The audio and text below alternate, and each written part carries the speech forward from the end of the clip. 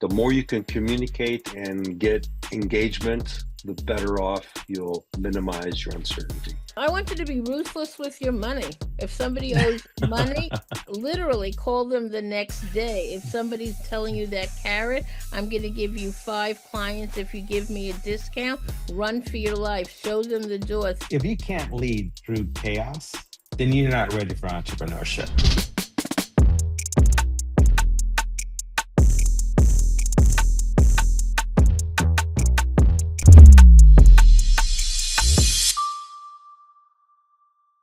Welcome to Business Lunatics, guys, the weekly show where 4 fearless loonies pull back the curtain on the wild, the wonderful, and sometimes downright ridiculous world of entrepreneurship. There's no question you have to be crazy to be an entrepreneur. We're going to talk about it with no fluff, no BS, just business madness. And today's topic is going to be about uncertainty. Going into 2020, the end of 2025. We're entering into 2026. Most of us are already planning for 2026. The question is, how do we navigate the world of uncertainty based on everything going on in the world, in the country, the economy? But that doesn't mean that everything's bad. We just have to figure out how to navigate through this and find the best solution for us individually. On that note, Rochelle, you want to start? Yeah, I think that at least, I work with a lot of small clients, and that's clients that have between 10 and 20 people in the office. And everybody that I personally am dealing with, we're not even talking about biting your nails. The nails were done God knows how long ago. It is, sometimes I feel when I go in that they need a Valium drip to kind of get them through because there is so much uncertainty. So some of the areas is around HR. Some people are really asking for outrageous salaries. You could be out of school for 20 minutes and you want a salary of a CEO. I mean, it's insane. That's one area. So HR is a big issue. Cash flow, you can't your accounts receivables can't look like the debt of a third world country.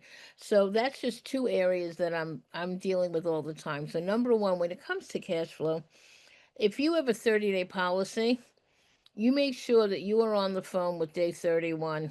There's no such thing as wiggle room anymore. And if you know somebody and they're your best friend and you think, my God, because we have been doing business for 20 years, I'll give them another break. I'll give them another week, another 2 weeks. My question and my concern and my warning is absolutely not. Absolutely not. Because what happens is a lot of people, they really are vulnerable and they say, you know what, she's my best friend. I can let her go for a week. And in the meantime, by the time they do get you, they can be out of business. So, number one, you have got to be very clear with your terms and conditions. And if at all possible, you make sure you get credit card. And a lot of businesses, especially small business, they say, you know what, I don't want to pay the 3%. And my attitude is it's cheaper to pay the 3% than having somebody on payroll running after money. I will sleep gladly. I will absolutely pay the 3% so that I don't have to chase money. So get very clear with what your terms and conditions are so that you can hold on to your cash as much as possible. And also be the vendor that you want others to be. So if you want somebody to pay you in 30 days, make sure that if at all possible, you can do the same. Be the example of what character looks like today in business that may be a little vulnerable. And I really believe it'll come back to you. So that's just a small area that I'm going to drop on. Freddie, give us some of your feedback and then we'll take it from there. Well, I think you bring up some very important points there, Rochelle, because cash flow is very important, and there's a lot of creative ways that you can help people with cash flow challenges. For example, years ago, when I was running a software company and we were looking for cash flow, what we did is we came up with a discount where if they would pay with a credit card, they could take a 5% off on the price because we needed the cash flow. And so what we did is we gave them an incentive to say, pay up front with the credit card. And we ate the credit card cost because, again, we needed the cash flow, but we gave them a 5% discount. So on a $5,000 or product, for example, that's $250. The CFO is going to take $250 all day, every day, because he looks like a rock star. Look, I saved this $250. And more importantly, he delayed the full payment of it because he's got 30 days off of his credit card. But it gave us, the company, the cash flow that we needed. So there's some creative ways that you can do to really carry your point forward to help generate cash flow that really benefits both parties in that conversation. You both of you guys brought up some interesting things, and here's my thought. My first thought is don't do business with friends and family, because unless you're prepared to go up against them and say, "Hey, I need you to pay up now," if you don't think your personality or that relationship can sustain that type of interaction, then the answer is don't even go there and accept them as a client. Just solve the problem right from the get-go. It's a bad idea. You're not helping Or get paid yourself. You're up not front. helping. Yeah, Or well, get paid up there's that. front. Right. You get paid up front. I like the credit card idea. It's a lovely thing. I think you just have to be sure that the personal, it allows you to do that.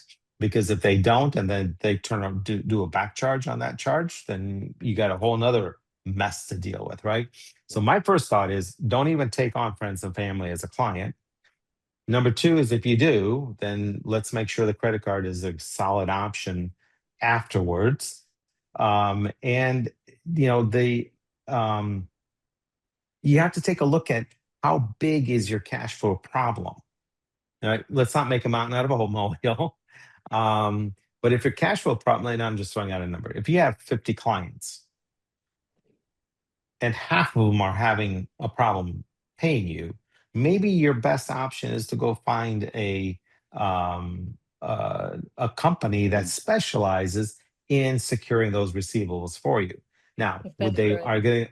are they going to want 20%? And you're going to say yes. That 20% that you're going to pay them is better than having nothing. I think, Rochelle, in some past shows, you mentioned this as well. You're better off getting something instead of zero.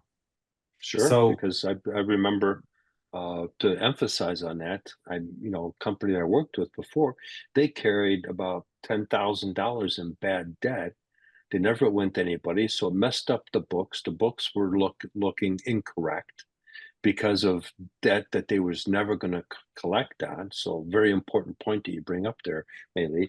And the other thing with the credit card, you reminded me of a lesson that I learned because I did a project for somebody and they paid me with a credit card. And then we decided to part ways halfway through the project. And so I figured, okay, I told them we had a contract that says, you know what, we'll just call it even. We'll call it that we're breaking it to halfway point. We're good.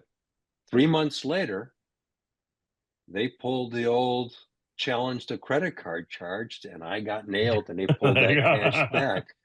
Total snakes, and I fought it, but I still lost because it is just the way it's not stacked in your favor; it's stacked in the card owner's favor. yep, Here's I another one. agree. I want to be really clear about this one. Boy, like ring the bells, alarm, alarm, alarm, alarm. A client tells you who they are, believe them. Now, when you're first doing business with them, if you're on the phone, they're not going to say, Rochelle, I love meeting you. I just wanted you to know that I'm going to torture you. The only way you're going to get paid is if you literally call me at least minimum between 100 and 150 times. And I'm going to be so difficult that if you don't dot your I's and cross your T's, I'm going to take money off each particular invoice. The more impossible that a client is to work with in the beginning, that's who they are, and it's going to carry over. They're not just miserable in when you're trying to deliver a service, they're miserable, and it's going to carry over. So be very clear who you say yes to and who you say no to. And very often it's better to say no, sustain your sanity, not have to run after money, and not have to work with people that are absolutely brutal and bullying. Don't go there. So And you again, The bring up hard, you careful bring up who a you great say yeah. yes point. to. Yeah, you bring up a great point because what you're doing there, Rochelle, is you're minimizing uncertainty because now what you're doing is you basically qualified that person based upon the interactions and you alleviate having an uncertain situation because you're not sure whether this is going to be a good relationship where it's a win-win or whether it's a me take everything and you get whatever I choose to give you and you're on the wrong side of the equation and now you're uncertain about your sustainability for your business because you've got a client that drags you down and sucks up time and takes away time from somebody else that you could be working with that would be making you money and would be happy to work with you. And I've I got think one last one. Go ahead. I'm sorry, Mel. yeah, I've got I another was one that I'm burning I on. Go ahead. the one of the thoughts I have is whether or not it's also about how we package what we invoice, not how we package what we do, but how do we package what we invoice. So if let's just use a simple example. I don't know if it's simple, but let's just say that you have a $5,000 invoice for a client or $5,000 worth of work that you're doing for the client. Are you better off breaking it up and sending them an invoice for 1,000? And then send the next 1,000 another time and the next 1,000 another time. The idea is if you can keep the numbers small, and again, you'd have to agree on this ahead of time. You're going to say, hey, I'm going to invoice you on a weekly basis, for example, right? So this way, let's round it off. It's $1,000 a week. You can have a $4,000 worth of revenue that you're supposed to get in 4 weeks. But if your client, and hopefully it's not friends and family, isn't able to pay all 4 invoices for that month, they might find it easier to say, I'm just going to pay the first 2.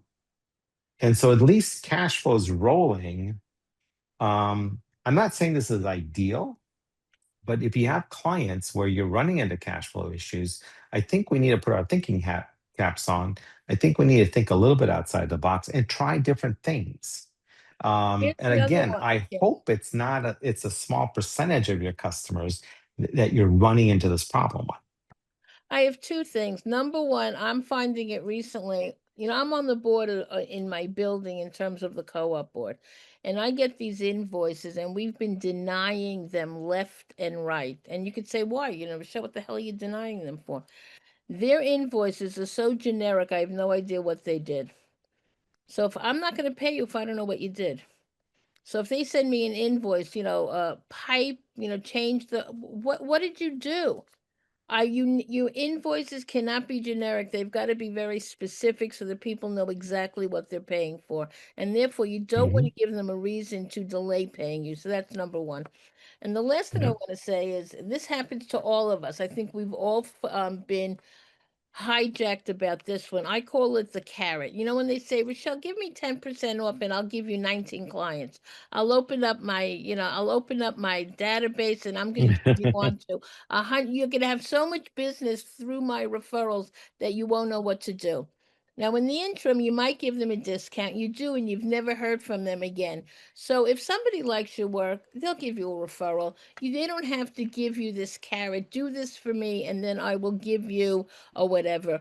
When somebody does that for me, to me, that becomes so suspicious. There's something that's right there. They're more concerned about figuring out a way to do something like under the table than valuing what you do. So pay attention to that. Again, they tell you who they are, believe them. When they're a creep in the beginning, they become more of a creep as you get to work for them. So be on the aware. Let's take on an anti-creep policy.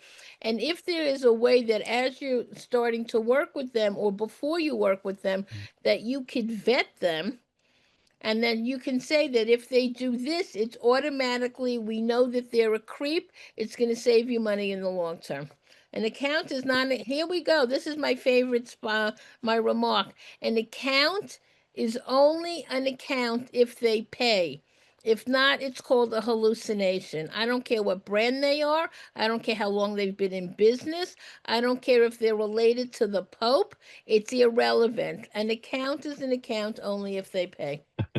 I love it. Go ahead, Freddie. So I'm gonna, yeah. Speaking on that and expanding upon that, when you're dealing with uncertainty, especially when you're working with suppliers, because finance can change, but cost of goods can change, and things like that. It's really important. This is where, I talk a lot about relationships, having that relationship with the supplier, because you're dependent upon those supplies to be able to put together what it is that you're putting together to market. So if you don't have a good relationship and good communication with your supplier, that can give you a heads up so you can plan. And that's how you start eliminating uncertainty, because that supplier is going to say, hey, all right, Rochelle, you know what?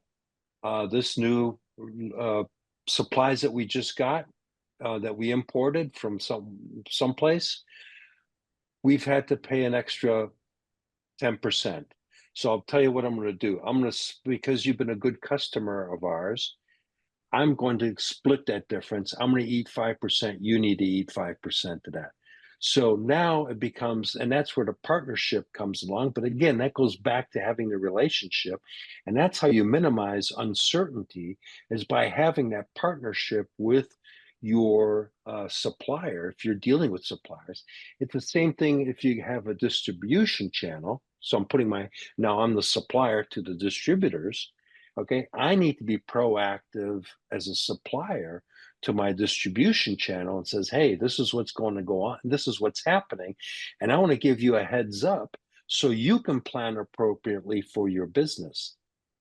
Where uncertainty really becomes a train wreck is last minute, all of a sudden you ordered some supplies and you're expecting to pay $750, and all of a sudden the invoice is $1,000, and you're blindsided. And you can't pass that on to your customer because you didn't know and you couldn't prep your customers about it. So the way really to alleviate uncertainty in that whole equation is have excellent communication, bi-directional, with all parties involved. Yeah.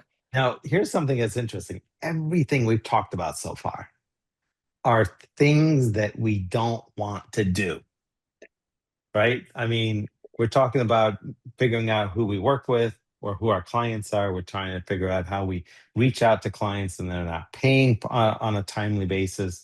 We're trying to figure out how we minimize our uncertainty. Every topic we've covered is completely contrary to what we want to be able to do every day. This is all wrapped up in that little box that we just kind of set aside and don't want to deal with. And this is a tough spot, but this is in fact entrepreneurship. This is what you're going to face as an entrepreneur. This is why entrepreneurship is being a lunatic. If you're not ready to take these types of topics on, if you're not ready to deal with uncertainty, because my God, we deal with it a lot, then you're not right for entrepreneurship. That's a reality. Right? It's a This very show is reality. right. I mean, for this particular show, we're covering the uncomfortable side of entrepreneurship. And if you're not able to deal with this, if you can't say no, which we talked about here earlier, I think Rochelle mentioned it. If you're not able to approach, Freddie, your example, if you can't approach your client and say, hey, I need to split this cost with you. If you don't understand how you're going to communicate the negative, the uncomfortable Difficult uncertainty, message. and the difficult messages with your client, this is not a world for you, because you're going to run through a lot of these ups and downs over time, and you don't have the reality is this: you don't have a choice. If you're running your own business, if you're an entrepreneur, you're going to deal with these very things that we're talking about today. And I will tell you, in the last 40 years I've been in business, I've dealt with it. Every And day. you just every day, every week, every month, something is going to just drive you up a wall. And you need to figure out how to just brush it off. You don't have a choice. That's the world we live in. But you're absolutely right, Melih. But the thing that brushing it off is easy for us to say. It's very hard to do. And one of the things I Yeah. recommend is go for a walk, go for an old-fashioned walk, Right. because it gives you a chance to just get everything out, and you're outside, you're enjoying the weather. Hopefully it's nice weather. It's not raining, but or snowing, depends on what part of the world you're in. But it gives you a chance to disseminate that stress, because you can't carry it either, because that will destroy you as Yeah. well. We No just talked doubt. about something. It's interesting. It's all about mindset. Here's the key. Business is an emotional game. When emotions are high, intelligence is low. So in order for us to continue, and especially it's definitely hard when you're dealing with uncertainty in an area that's coming. If is it uncertain in HR? Do you have the right people on board? Is it uncertain on your product? I mean, are you selling the right thing right now? Uncertainty is there morning, noon, and night, and how you navigate the emotional roller coaster, how you regulate your emotions around this allows you to recognize whether or not you can deal with the uncertainty. The first thing of uncertainty with everybody deals with when you're in business, when you're an employee, you get a paycheck every other Friday and you're very happy and you go home and you don't lose sleep. There's been so many times as an entrepreneur, as a business owner, like you don't get your paycheck every week, every other week. You're No. sitting there like, like what the hell happened this week? Like I don't even know when I'm going to get or if I'm going to get a paycheck. So there is so much uncertainty.